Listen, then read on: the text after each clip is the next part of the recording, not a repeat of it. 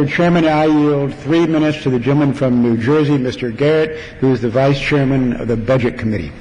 Gentleman from New Jersey for 3 minutes. And thank you. And I rise today in support of H.R. 4078, the Regulatory Freeze and Jobs Act, and this at a time when new regulation after new regulation is being proposed by the Obama administration. It is critical that we restore some semblance of order to the regulatory process and ensure that our nation's small businesses do not continue down in a sea of red tape.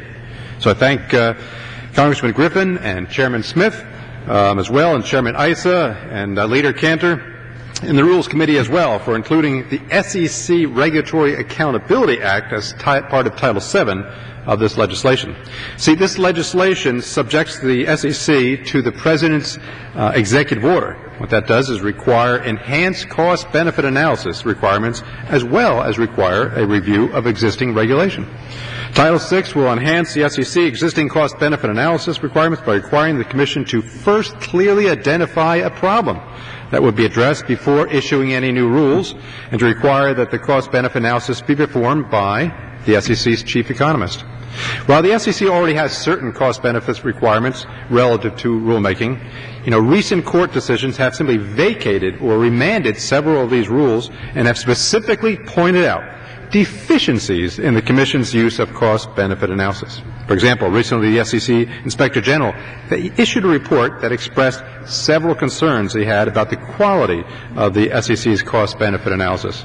It found that absolutely none of the rulemaking it examined attempted to quantify either benefits or costs other than information collection costs.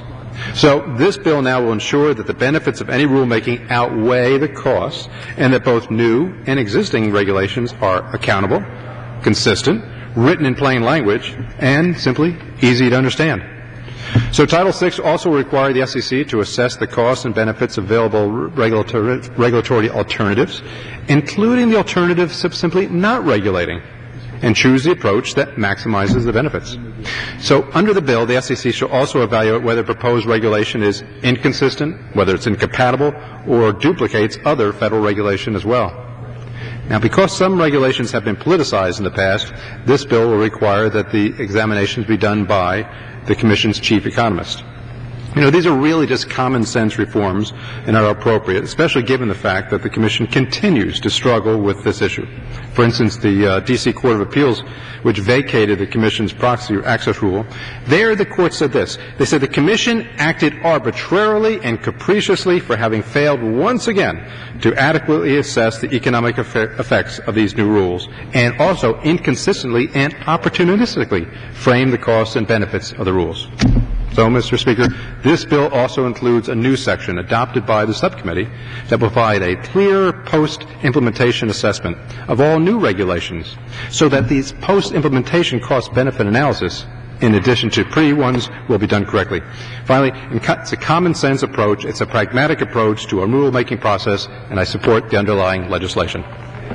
Gentleman's time has expired. Gentleman from Michigan. Mr. Chairman, how much time remains? Gentleman